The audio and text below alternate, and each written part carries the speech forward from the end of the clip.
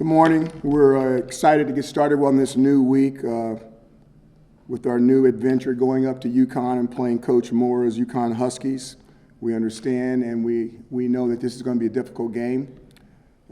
They just got their first win. They're sitting at 1-1, had a close loss to a good Utah State team out there, and we know that they're going to be ready for us. So we're really focused on them, and we're excited about starting our preparation for them.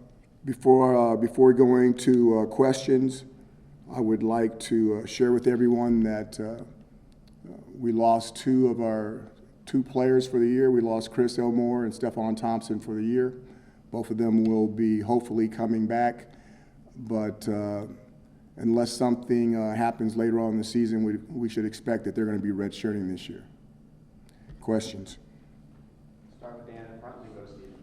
Coach, going off of that, just what you can say, Stephon and Chris have meant to this program and how difficult it is to feel that in game one. So we had a lot of time, fantastic questions. Sat down with both of them at the same time in my office yesterday. We had some long conversations about a lot of different topics. You're talking about a guy that's been captain 2 years for one individual and a guy that was right on the edge of becoming a captain for us. Both those guys have unbelievable leadership skills, and we expect them to continue to be leaders on and off the football field for this football team throughout the 2022 season. How do you, at this point, like you said, you hope that they can come back. How do you go about that, and how confident are you that they can get that? I know Chris has been through a lot. That's between the man upstairs and the medical people. They have to decide whether they want to pursue that or whether they want to save that year and take it as an injury or a redshirt year and have an opportunity to come back. Stephen? A couple quick follow-ups. So on Elmore, for him to come back, would you have to rule last year's as a medical redshirt as well to give him 2 medicals? I'm not sure. How about the pay grade? It is.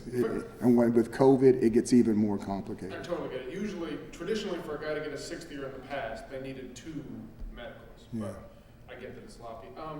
With Stephon, his pass rush ability makes him stand out so much in terms of what you guys have. How do you go about replacing that? Like, I know you like Derek a lot, but does that change other things within the defense and how you guys game plan? We're not going to change the defense. And Steph Thompson was a pass rusher, but Steph Thompson was so much more than that. He did not. A lot of people missed the boat on him. I mean, his run game is just as good as his pass protection, and he's just one of those solid guys that was extremely, extremely productive.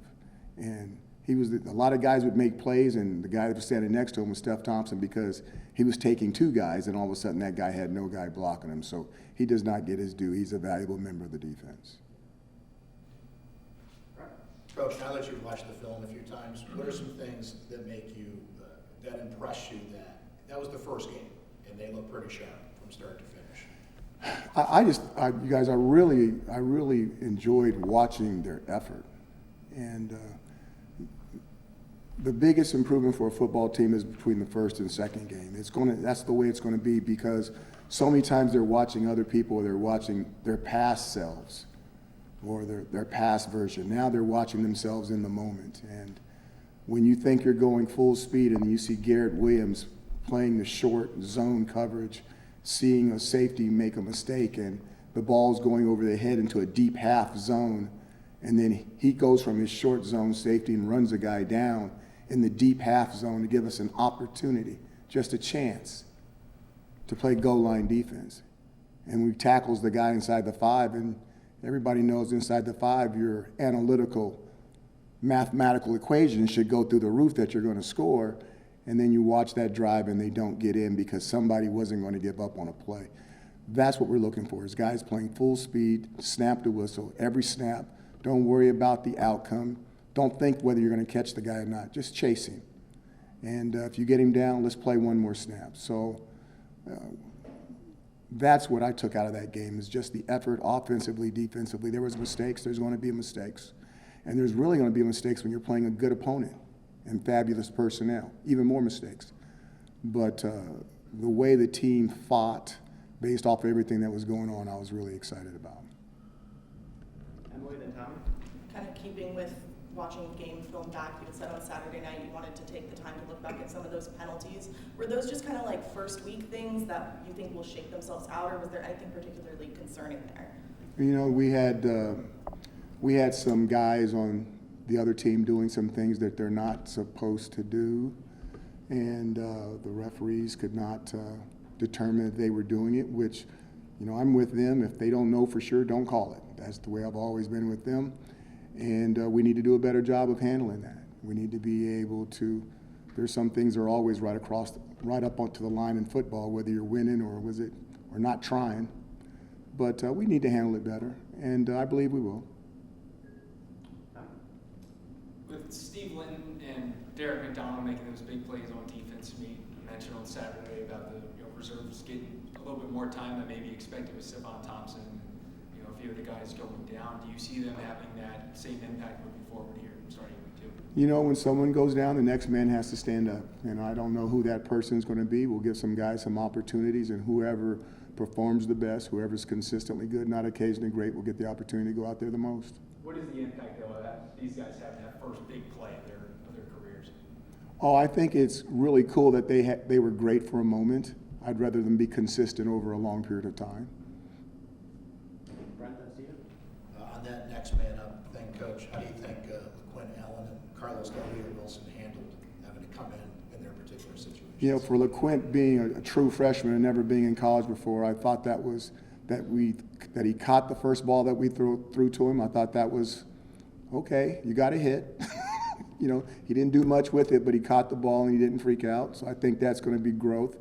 To see Carlos out there for 2 snaps and handling both the snaps, I thought that was okay. Now Carlos is different because he's been at a place before and he's had more practice time than a LaQuint, so to speak. But I thought they both did okay.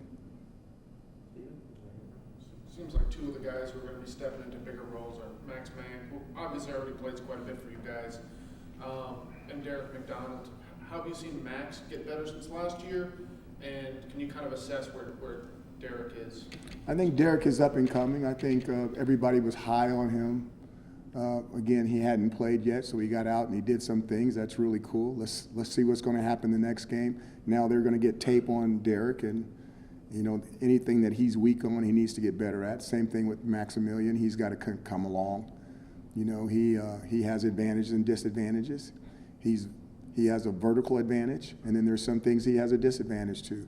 But he really does understand his weakness, and he's working hard at becoming a complete player.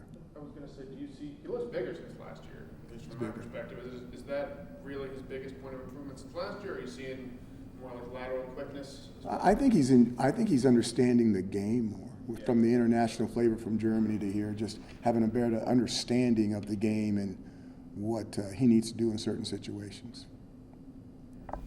Coach, on UConn, another old Big East rivalry, much like Rutgers this time last year. What does it mean to the program to renew these rivalries almost a decade later? I don't know about renewing it. I know that they're a good football team. I know that Coach Moore is a fantastic coach. His resume speaks for itself. He's been at every level, and he knows all the tricks of the trades, and he's going to have those guys ready to go.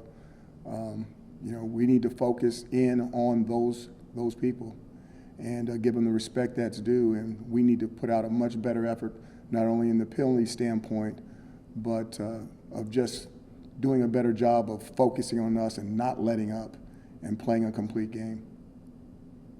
Honor than Dan? What does Matthew Bergeron bring to the team? Everything.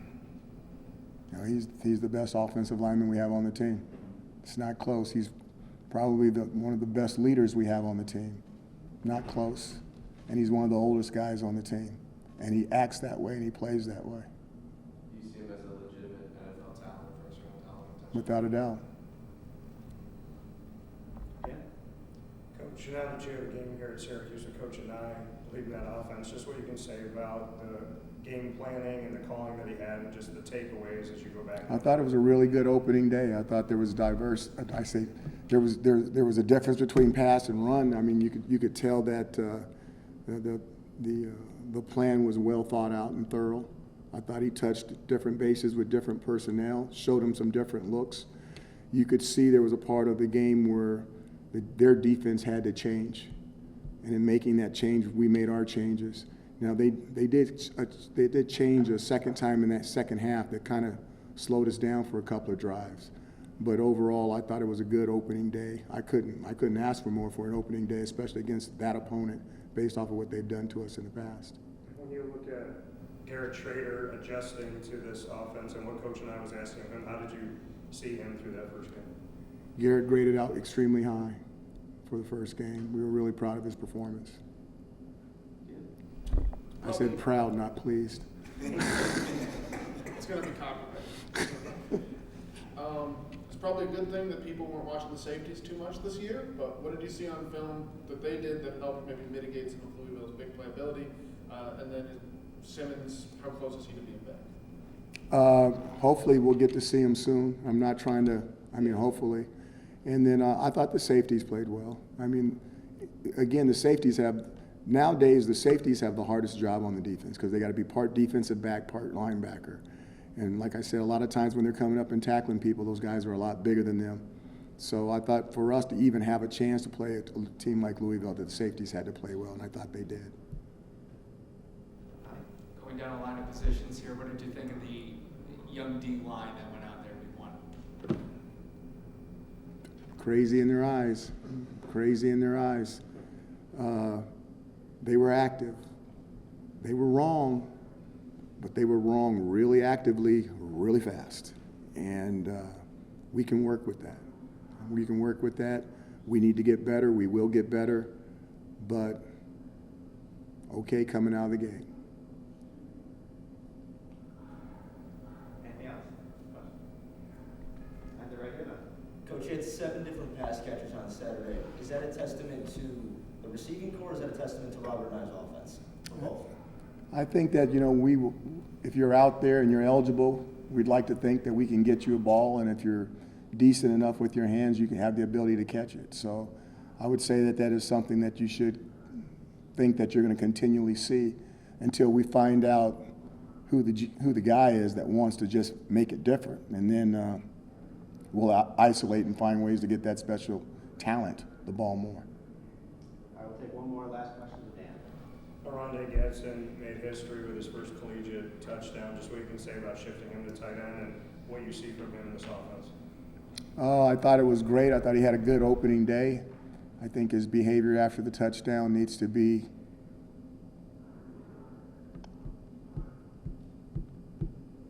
talked about in-house and never do it again. But I thought he had a good opening day. All right, thanks, Coach. Thanks, everybody. Thank you. I will announce it Tuesday. Go back and rewind what he did. Thanks, Coach. Excuse me? I didn't see what he did. I didn't see it. Thanks, guys.